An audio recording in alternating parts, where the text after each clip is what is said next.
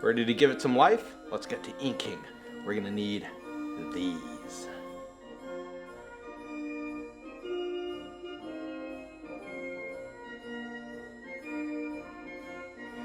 So when I think about inking a drawing, I'm always reminded of one of my passions, and that is traditional cell animation art.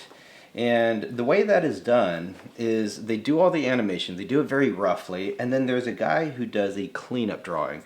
And so here's Space Ghost. It's a cleaned up drawing, it's like a pencil drawing. Very much like this cleanup drawing, where there's some indication of shadows and whatnot.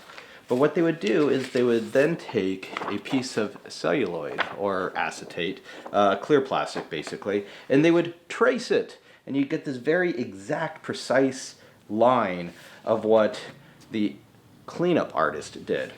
They'd of course take it to the paint department, paint it in back, and this is an actual special effects shot, so here we see it in full color. But the thing I want to kind of emphasize here is that we're not just tracing our drawing. I guess we could, but in some industries, like animation, you would do that. For this case, for our piece of art, I want you to think of this as its own thing. And what I mean by that is we've gone through the thinking, we've gone through the anatomy, the proportions. I feel like the hand has a new life of its own. Now the ink, the pen, the commitment, oh my gosh, commitment. Why can I not say the word? You are committed to the line. And there's many ways you can apply the line. Like an animation cell, you can just trace it. One single line, the same all the way through. But I'm going to show you a few things that I think will give your pen and ink drawing a lot of life. I'm starting with the thin one, because I can always use the thicker one to fill in spaces. So I'm going to use this sparingly. Alright, here we go. Just let it go.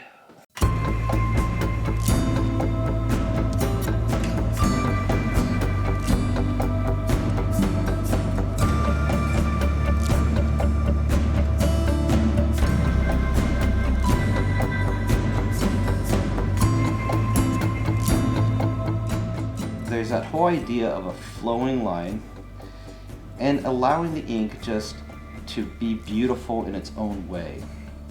Now, I don't know if you can see too well just yet because I haven't done too much of it, but there are certain areas that get thicker where the line weight becomes thicker, heavier, more impactful. Suddenly your eye goes towards this area more than it does just a very thin line, right?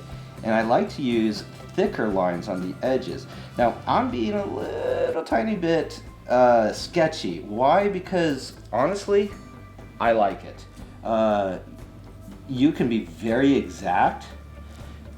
You don't have to be sketchy, but check this fold out. I know here I'm gonna have some great lines. Why? Because I like all these wrinkles. And some of these areas I'm gonna go back over, but I'm gonna fill in some of the gaps. Why do I fill in the gaps? Because it creates this nice thick line, creates a lot more emphasis. Think about those cave paintings in Lascaux. Just the efficiency that they used to create those images.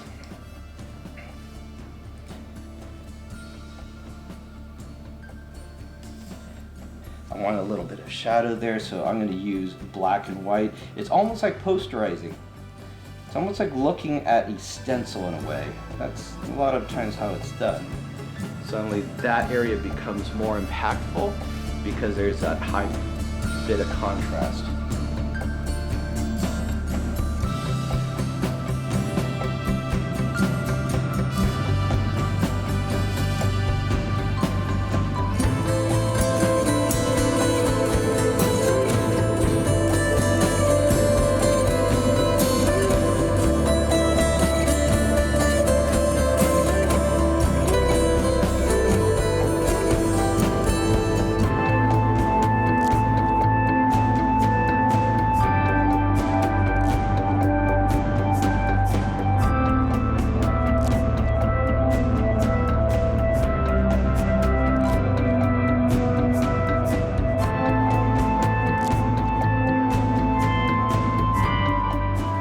it doesn't really make sense in some areas, yet you kind of like what's going on, who cares?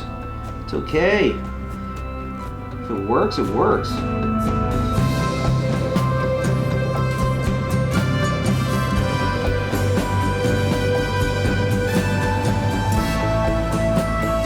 It's no longer a realistic hand. It's an expressive line drawing.